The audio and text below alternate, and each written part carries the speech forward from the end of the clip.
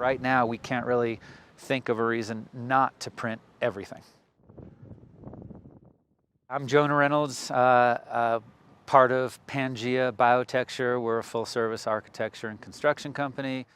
So we've been building sustainable off-grid biotecture buildings, also known as airships, rammed earth and tires with off-grid systems.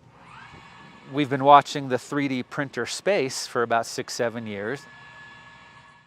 The printer is fast, so we can do 1,000 square feet in 4 or 5 days, and right around 4 or 5 people can operate it, and they're highly skilled.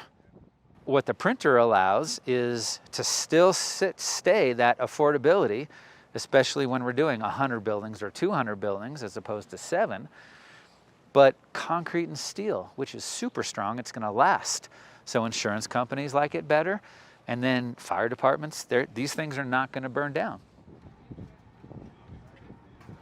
A 3-bedroom, 1,000 square foot should be about 191 grand. The 900 square foot 2-bedroom, I think, is 172 grand. And I think the town is doing nothing down, and I think the payment should be around $1,100–1,200 a month. Average cost per square foot in Taos is $450. About 95% of our crew, I think, all graduated from Taos High, which is awesome. But yeah, all the dimensional lumber, all the beams come from Taos County mountains, and they'll all be milled here with our mill. All the cement is coming from southern New Mexico. The steel, most of it's from New Mexico. And so some of the other materials didn't come from New Mexico, but now that we understand it, its specific need for the printer, we're like, we can just make it ourselves here, whether that's welding or whatever else.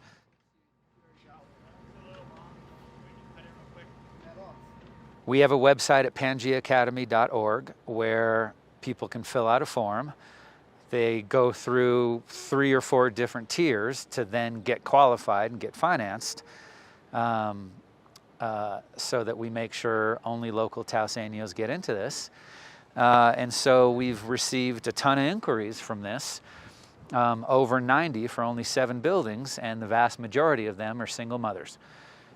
The situation that a lot of them are in is heartbreaking, but it just makes us double down and kind of frustrated. We only have 7 at the moment to do, but we're working on a pipeline to do a lot more affordable housing buildings. At the end of the day, we'll have extremely affordable housing for all the people of Taos. So we're pretty happy about it.